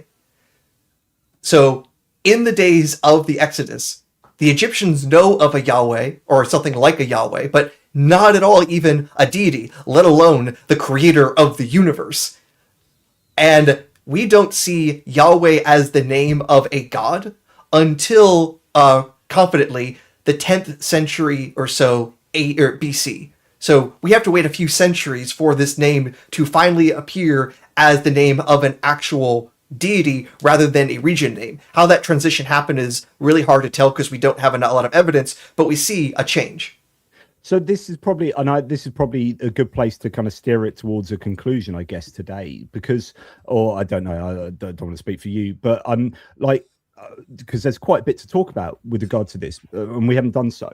The plagues happened. Pharaoh very much understood that, as Aaron says, that God exists, right? Yahweh exists. I know I'm speaking to you. You've rained down all hell on my people. You've killed all sorts of people. You destroyed my army. And God did that to show his power. He admits this in the text. It's very obvious. So he does that to show his power and to essentially say to the Egyptian people, I'm God. I'm your God, right? And so if you were Egyptian, you'd be like, holy hell, what's just happened to my country? I've just lost my firstborn. My crops are dead, and I've got gnats all over the place. I've got boils and frogs just left, right, and center, and all my livestock, my livestock are dead, etc., etc. Like, this is horrendous, right? And I know what's happened here, and I know it's because of Yahweh, this God that I didn't really think existed, but now very clearly does exist and has spoken to my Pharaoh, and he's hardened his heart, and this has all happened, and as a result, all this chaos, right? What you would expect in reality if this happened is that all of Egypt would become Yahweh believers, right? But in reality, there's absolutely no evidence that anyone in Egypt was at all cognizant of this kind of religion, and until what was a year where we start seeing some Jewish diaspora communities existing in Egypt, like many hundreds of years later. I can't remember when it was, but you're like, it's just prima facie didn't happen this, because you would, again, it's an argument for silence, but a really good one. If God actually did all that stuff, you would expect God belief, therefore Yahweh belief, to exist in the place where he's done all of that crazy stuff. And there's absolute silence. There's no God belief, and then we can get onto the Amana letters. But yeah. Mm-hmm. Yeah.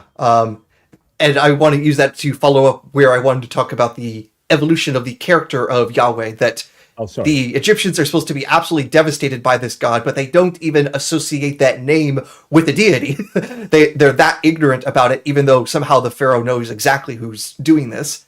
So that's already super, super weird. But even our historical and biblical record shows that the God of the Bible at this time doesn't yet have the power to do what he needs to do. So let's fast forward to the earliest clear reference of Aaron. Yahweh. Yes. Can you include this in your answer as well? How did Pharaoh know about the name Yahweh? Was he told by Moses the name, or he somehow knew about him? Yeah, if memory serves, that Moses uses the name, and then Pharaoh is using the name after Moses does. So, there you go. Okay. Yeah, so I believe that's how that. I think that's the direction. I have to triple check to make sure that there's at least that logical progression. That at least Moses used the name once. So what I was referring to is not here an acknowledgement of the existence of that God. Is like, so you mentioned my God's name, and you mentioned so your Allah is saying that. It doesn't mean that I really believe in that God even exists. I'm just referring to the name, because there's a conversation going here. So, you've also got polytheism that leads to monolatry. So where you've got the belief that all of these gods existed, and actually just my God, my cultural little God here, is the one that I think supreme. But actually, it's not to say that these other gods don't exist. It's just my one's bigger than your one type thing. But yeah, sorry. Yeah. It's I call it my milkshake is better than yours. You know that song? Yeah. So let's talk about the first reference that we actually have to Yahweh as a god. And we actually have this from both sides of the story. This was a battle between the northern kingdom of Israel and the oh my goodness, it's not the Moabites, is it? The Edomites, sorry. And this is in the Mesha, where Israel is coming in and telling the folks there, hey, you're staying under our boot, and we're going to be using you for our tax collection purposes. And the god of the Edomites, Edomites, Chemosh, is supposed to be their regional deity. And originally, Chemosh is just like, all right, you people are bad. I'm going to let you get your butts kicked by the Israelites for a while. But if you're good, I'll come back around. This is according to the Mesha itself, which was set up by King Mesha himself, the king of that region. And eventually, according to that story, Chemosh eventually decides that it's time to now protect his people again. They've learned their lesson. And we have this story from the Mesha and from 2 Kings that the Israelites are trying to come in. And there's this massive battle. The Israelites are winning, but then last minute, the king, King Mesha, sacrifices his son to Chemosh, and then the Israelites withdraw. In other words, this child sacrifice worked, and the only god that would work for is Chemosh. So what's going on here? God is losing a battle with another god, and not in Egypt, but just the nearby region. So Yahweh is so weak, he can't even defeat a local god.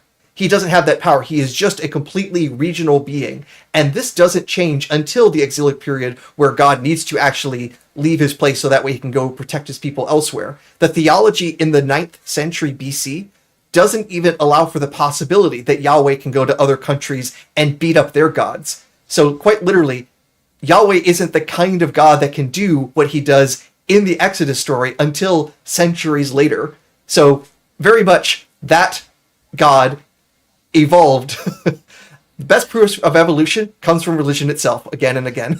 but you also get this idea that Yahweh subsumes other gods, or either takes on the characteristics of those gods, or the stories that used to be for, say, Baal were co-opted to Yahweh. And so there's this evolution that as you move towards one god of many into the supreme god, and actually what you understood as these other gods really were actually part of Yahweh, or so Yahweh becomes this reinvented storm god, this Baal type God. Yes. But yeah, Mr. Johnathan, Islam is closer to reason and logic. What? He's inviting you. He actually previously said you have a very nice smile. You sound like you have a really nice heart, and you're a loss. You need Islam in your heart, or else.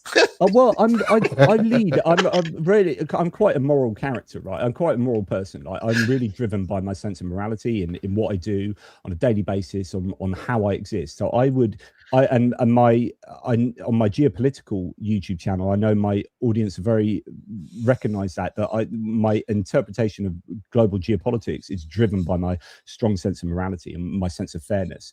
But I'm an atheist, right? And I can have a really, really solid, robust moral outlook that drives me on a daily basis, and I do not need God for that. And I know some people find that hard to believe, but this kind of goes back to what we were talking about earlier, divine command theory. We don't need divine command theory. I don't need God to tell me what is good or right, especially when looking at the Bible and the Quran. I've read the Quran, and it is not, in my opinion, a very good sort of moral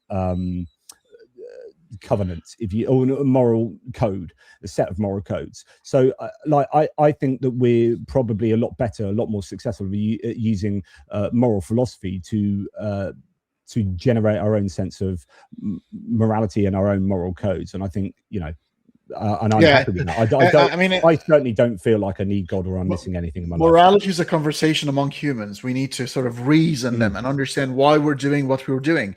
When God is telling you, why God? Because I said so. I mean, it's an application of moral reasoning. And that is anathema to me. It's like, something is only good if you can tell me why it's good. Exactly right. If you have no moral rational basis for saying I should do this or I should do that, then I'm going to just say, I'm sorry, no, you need to show me how that's morally justifiable. And that means that morality is a human endeavor involving human rationality. Absolutely. I think we ought to do a broadcast just on morality, because I need to revisit, especially in the realm of biology and the game theory of John Nash's game theory, because it seems that we have no choice but to cooperate. If we don't cooperate, we all lose. Yeah, as a social species, and you can look at different forms of morality in other animals and see, kind of evolution or convergent evolution of how, or symbiosis. Different ways that social animals approach. I mean, whether you call that morality or not, it depends how much they understand what they're doing. Anyway, that's a whole other discussion. But it's a good conversation to have at some point. Can we go to the Amana letters, because I find the Amana letters absolutely fascinating. Go for it. By the way, we've got 20 more minutes, so okay. That's probably good. That's probably a good filler for them. Did you? I don't know, Aaron. Did you want to give an introduction to them, or? Yeah, so the collection we have here is an amazing find. It's an accident of history that we have all these administrative letters from a time when Egypt was in complete control of the region we now call the Holy Land, Palestine. And this was during the religious reform period of Amenhotep, where he is coming in thinking, okay, we're now going to complete sun worship with the Aten. It's kind of sort of monotheistic, and poo-pooing the previous religion and the priesthoods of Egypt at that time. And there was a change of capital. This is where the city of Amarna is built. That's why they become known as the Amarna letters, because that's where the collection was kept. And then after Amenhotep and his dynasty ends, everyone's like, all right, well, we're done with that. And they just left behind the entire city of Amarna for archaeologists to come around many centuries later, dig that up, and find out all these letters back and forth between the pharaoh and the local governors in different parts of the Holy Land. So there was a king or governor of Megiddo, of Lachish, of Jerusalem, and we see all their petty squabbles with each other and telling, hey, Pharaoh, could you please help us out here? We love you so very much. And what's interesting about them is they give us an insight into existing beliefs at the time. and they're not quite what we might have thought they were. So there was no conformity, it appears, as to how Judaism looked at the time. There was no following what we later come to understand as expected behavior. Have you got any details on that, Aaron? So I should also put time-wise, this is roughly the 1300s. So we know time-wise. This also means, when it comes to our record, this would be after the time that the traditional Exodus would have happened. And seeing the place being administered for the sake of Egypt is not consistent with a 15th century Exodus. So that's a problem. So it's also one of our good indications that there's no way the Exodus happened the century earlier, because the place is being administered by Egyptian vassal states. And so yeah, they are not from the 14th century, so that means the 1300s, right? Right. Yes. Yeah. So just one more piece of archaeological evidence that the traditional date just does not work. Kind of forcing you to say maybe the 13th century, which is at least a tiny bit more consistent with the whole P-Ramses being built. But there's still some other problems with that we can talk about perhaps at a later time. But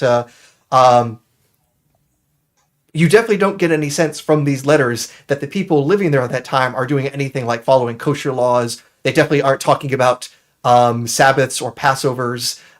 You're not seeing anything there that you would actually say is a central part of Judaism, as far as we can tell. It's pretty much just all quote-unquote pagans talking to each other about who is the better follower of Pharaoh. Wow. Well, these are very telling letters, yeah. There's no mention of any of the. Am I correct in saying there's no mention of any of the biblical kind of fathers and key family figures of biblical history, which is absolutely which was what you would expect if the Bible hadn't yet been written, right? So if the Torah hadn't been written, you would. I think you're actually mixing that up with something a bit different, because the Amarna letters, that's 14th century BC, but I think you actually wanted to talk about. Elephantine papyri, sorry, is what I was going to talk about. The elephantine papyri. But all right, there's so many documents we have from Egypt. So when people say, well, we just haven't found it yet, it's like we have thousands of years of Egyptian records in huge archives, and we've been looking for any evidence related to the Exodus, and we're not finding it. It's not for a lack of looking. So I'm sorry. I'm confusing myself. So the Amarna letters are really important, though, because they do invalidate the 15th century standard biblical dating of the Exodus, and it is very clear that the biblical narrative, just reading the letters, highlight the difference between a detailed historical record of the time, diplomatic correspondence, and the highly stylized theological narrative of the biblical text. This suggests that the biblical account of the conquest may be later, perhaps idealized literary construction that has served theological purposes for its writers rather than strictly factual real-time historical record, which is exactly what you're saying. So the Amarna letters are a real problem, at least for one of the dating, which is the main dating. And these letters sort of depict a very natural world, right? There's nothing supernatural about these writings. They talk about even mundane things like, workers at the side of the pyramids, what they've eaten, what the sort of food, the beers and the bread, and so they seem to be. I tend to believe them because they're not talking about anything supernatural. They're talking about the organization of laborers, and therefore they seem to be close to historical as much as I can. I obviously doubt everything to a certain degree, but because they tend to talk about mundane things without any sort of leading towards the supernatural. I tend to think they are probably documented current affairs at the time of the Egyptian population. Yeah, and it's also worth noting the indifference of record, because like the Amarna letters or the Elephantine papyri, these are also what we would call primary sources. They're not like, a game of telephone of unknown origin. It's like, no, these are like, the artifacts of that time, or these are like, the autographs of those letters. There's not like, they're not copies of copies of copies of copies of copies centuries later. It's like, no, this is the originals found in the ground in situ in a historical or archaeological context that we can date. That is so much different than what we have with the biblical text, where we have, again, like we have things like the Masoretic text, and then we guess, well, maybe this is what it looked like in the 5th century BC. We can make educated guesses, but it's not the same thing as pulling it out of the ground from that time. But Yeah. to focus on the Elephantine papyri, so this is the Elephantine papyri are so freaking important. Sorry. Yes, yeah. So these are a collection of, as the name suggests, papyri, but also there's a bunch of ostraca. Ostraca are basically bits of pottery with writing on them, and these are, very roughly 5th century BC. This is during the time when Egypt was actually controlled by the Persian Empire. It was under the Achaemenid Empire, which doesn't really end until Alexander the Great. And in these various sources, we learn about Jews living in southern Egypt, basically on the southern border of Egypt, as mercenaries. Basically, it's a mercenary colony that was set up there by the Persians. Yeah, an outpost, yes. And among the letters and sources there, they're telling us about a bit of the activities and some of the struggles there. And things that we learn about is apparently there is a temple to Yahweh in Egypt, in southern Egypt, which already should be ringing alarm bells. It's like, wait, I thought there's supposed to be only one temple for Jews, and it's supposed to be the one in Jerusalem. What's going on here? That's a problem. We see that apparently at this temple they have worship to Yahweh as well as several other gods with Semitic names. So there isn't anything like monotheism. There are ostraca that indicate that there are priestesses operating in this temple. So we definitely don't have the priesthood of Aaron running the show there, because we have ladies there, not sons of Aaron running the show. We have communication between that temple and the one back in Jerusalem. So not only is it the case that these are just Jews that have lost their way, as somebody might say, it's like, no, they are in communication with the homeland and in coordination with them, and there's no letter running back and saying, you heathens, you heretics. It's just like, no, it's just more Jewish community. And there's evidences or not of them praying to Yahoo and Asherah. Like, so that there's the consort of God as well, which would be anathema to later Jews, right? So you've got polytheism existing here. So almost this idea of what we were talking about earlier, monolatry, of like supreme God among many, but it's not the one God. It's about all of these different, also showing different religious law as well. So they don't adhere to religious law in a way that, if you read the Bible as if it was written back, so Moses was writing a book back in 1400s BCE or 1200s BCE. Now we're looking at a 100-year span between the 5th and 4th centuries BCE, and you've got these Jewish people leading completely like one might say erroneous Jewish lives, praying to all sorts of wrong people, doing gods doing all sorts of wrong religious ritualistic things, and this not being a problem. This is just like, that's how it was. In other words, there was no conformity yet in terms of religious belief, and that comes a lot later. And that's where you start saying, okay, the exilic period of writing the Bible and actually getting some kind of uniformity going on here is then again much more plausible, and at least somewhat is not disconfirmed by this. And I'd say it's evident by this. Yeah, if anything, it adds to the evidence that there may be stories that have existed in the exilic period, but they really only start becoming normative well into the post-exilic period.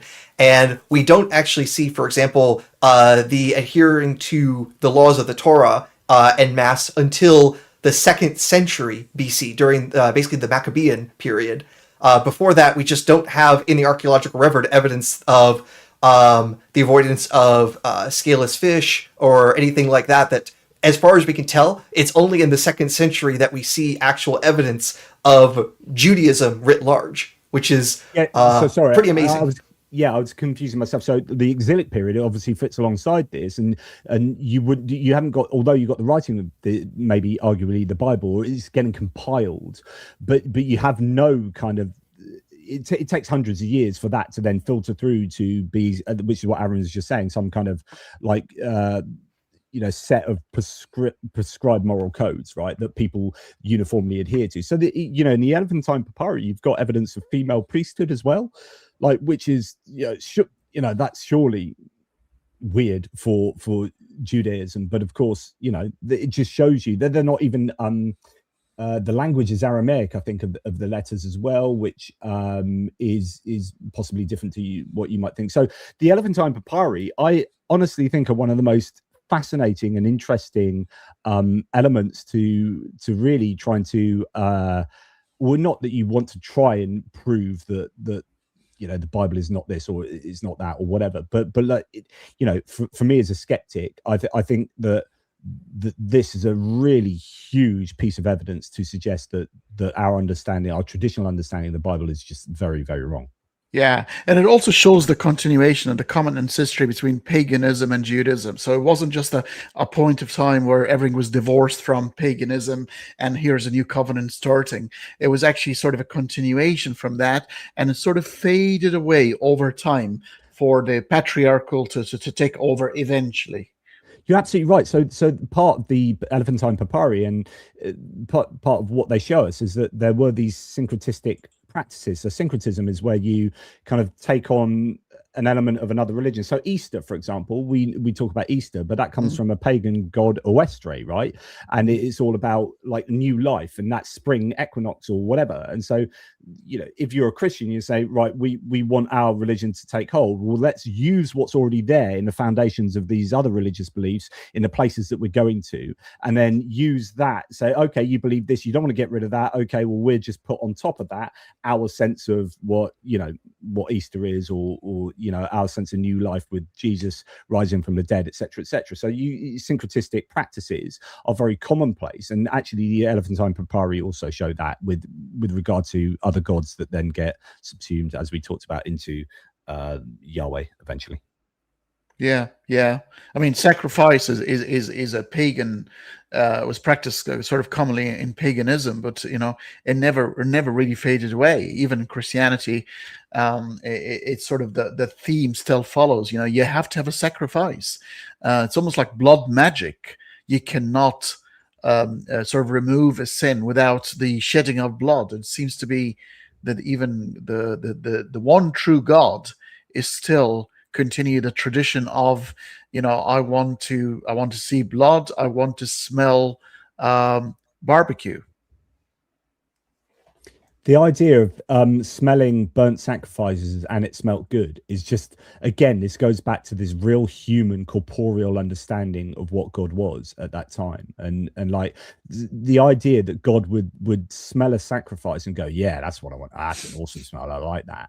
Is weird for the modern believer, right? And that's what I talk about. Like trying to marry these two types of God to get together it's impossible.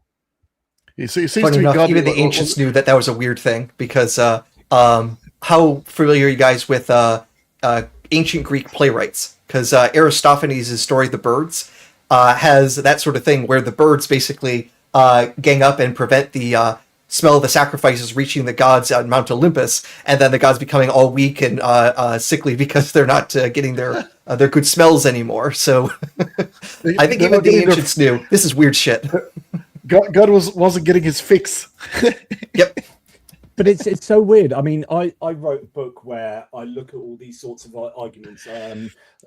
It's one of my favorite books. It's a really easy to read book, 30 Arguments Against the Existence of God, Heaven, Hell, Satan, and Divine Design, which is forward by Dan Barker, the great Dan Barker. But, these arguments that look at God's omni characteristics and then try and make sense of, like, well, okay, you're saying this is true, you're saying this is true, but then how does that work? The ideas of like God, if God's ontologically perfect, if he exists utterly perfect as this being, as many believers would suggest, then he has no needs, no desires, because that's a weakness. You shouldn't have a need to do anything, because that's not perfection. If I'm I don't have needs because I'm already perfect. So why create everything? Why degrade ontological perfection by creating where creation is necessarily a degradation of ontological perfection?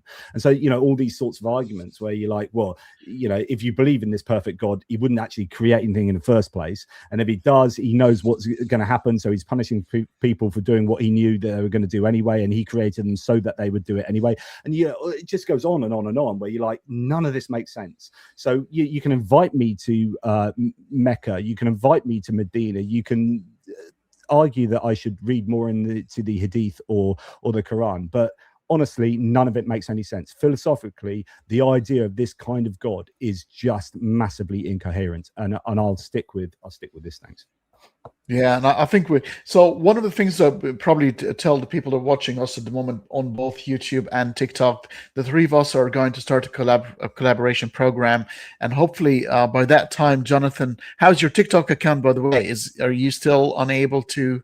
Mate, I've been so busy. Like, I'm doing geopolitical stuff here, and when people like Donald Trump just don't stop saying crazy things, like, I'm just super busy. I'm just reacting to the insanity that is the world. Oh, he's invading Greenland now. Okay, right. So I'm just super busy. So, like, once it calms down a bit, I'll be all over the TikToks. Yeah, because the interaction on TikTok is brilliant, and people will be able to come up and ask questions and stuff like that. So hopefully, in a couple of weeks, when we have our next conversation, we've discussed the idea about philosophy and science, and are they working together, or philosophy has completely been buried and ended by science? Science is philosophy. That's what I think. But a lot of the Arabic atheists believe. We just answered it. Yeah, but they want reasons why, these are very skeptic communities, so we got to tell them why we think that's the case.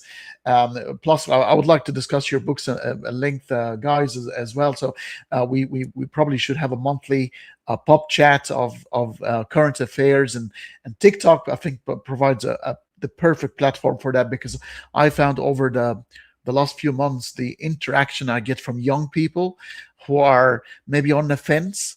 They are religious still, but they feel something isn't right, and they're quite critical in their thinking. And I think we can do really a world of good if we can actually help younger generation, give them just the tools of how to think critically. I think we will be doing ourselves a favor. So let's sort of pulling the strength of this conversation together, and I'll start with you, Aaron. Maybe some final words on the book, and when is it going to be released, by the way? Do we have a release date? Ooh, that's down to me. That's down to me editing. Yeah, and it's also down to me learning how to write better, so Johnathan doesn't have to constantly pull his hair out seeing what I wrote. There's a lot of learning on my end about how to English good. So, I mean, if we were somehow hyper productive, we would have things out for Passover time, but we're not going to probably be that lucky. But we are absolutely going to shoot for this year. Let's promise that much. 100%. Yeah, and I'm picking up the pace of my editing. So yeah. It's just almost relearning all of this as I go. I mean, we did an absolute ton of research, and and it's so varied as well, because we're talking about like moral codes over here and things like the Lipa Ishtar and Uranumu codes and Hittite codes, and how that relates to the covenant codes. And then over here we're talking about the philosophy of God hardening hearts, and then over here Amana letters, Elephantine papyri, and then it's just so multifaceted, which makes it a really fascinating book. Yeah, and it's just it reminded me of there was a scene from Bowfinger, which is a movie by Eddie Murphy. He was an actor, and he was complaining about all the foreign actors taking over Hollywood and taking all the nice scripts. And he said, and Jackie Chan and Van Damme, and they can't even speak English good.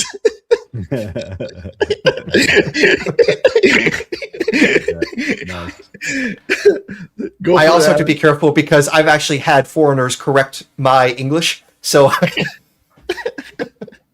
and I mean that literally. I've actually my old German girlfriend noticed I was saying certain English words wrong. So I've learned the hard way how much I have to learn. But when it comes to learning, not only has this been an absolute wonderful experience of digging in all these things, but it has led to a lot of new additional scholarship along the way as well. That besides this book, there are several different articles that have been published or are in review right now.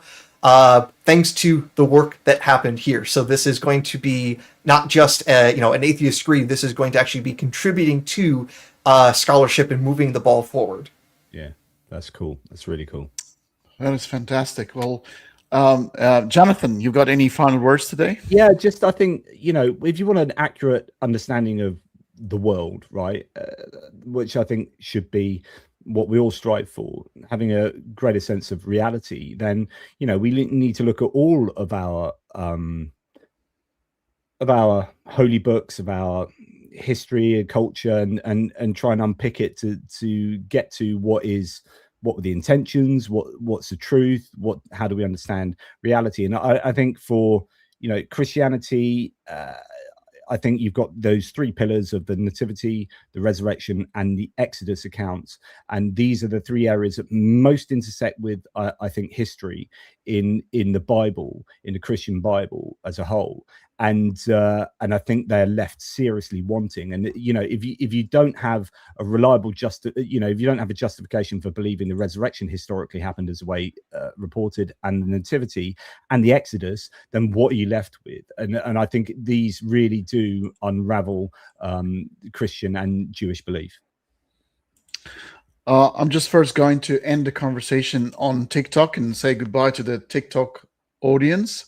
So that is gone, but then we're gonna also say goodbye to our YouTube folks. All right. Thank you so much, Johnathan and Aaron, and we will be in touch over the next few days to arrange for our next conversation.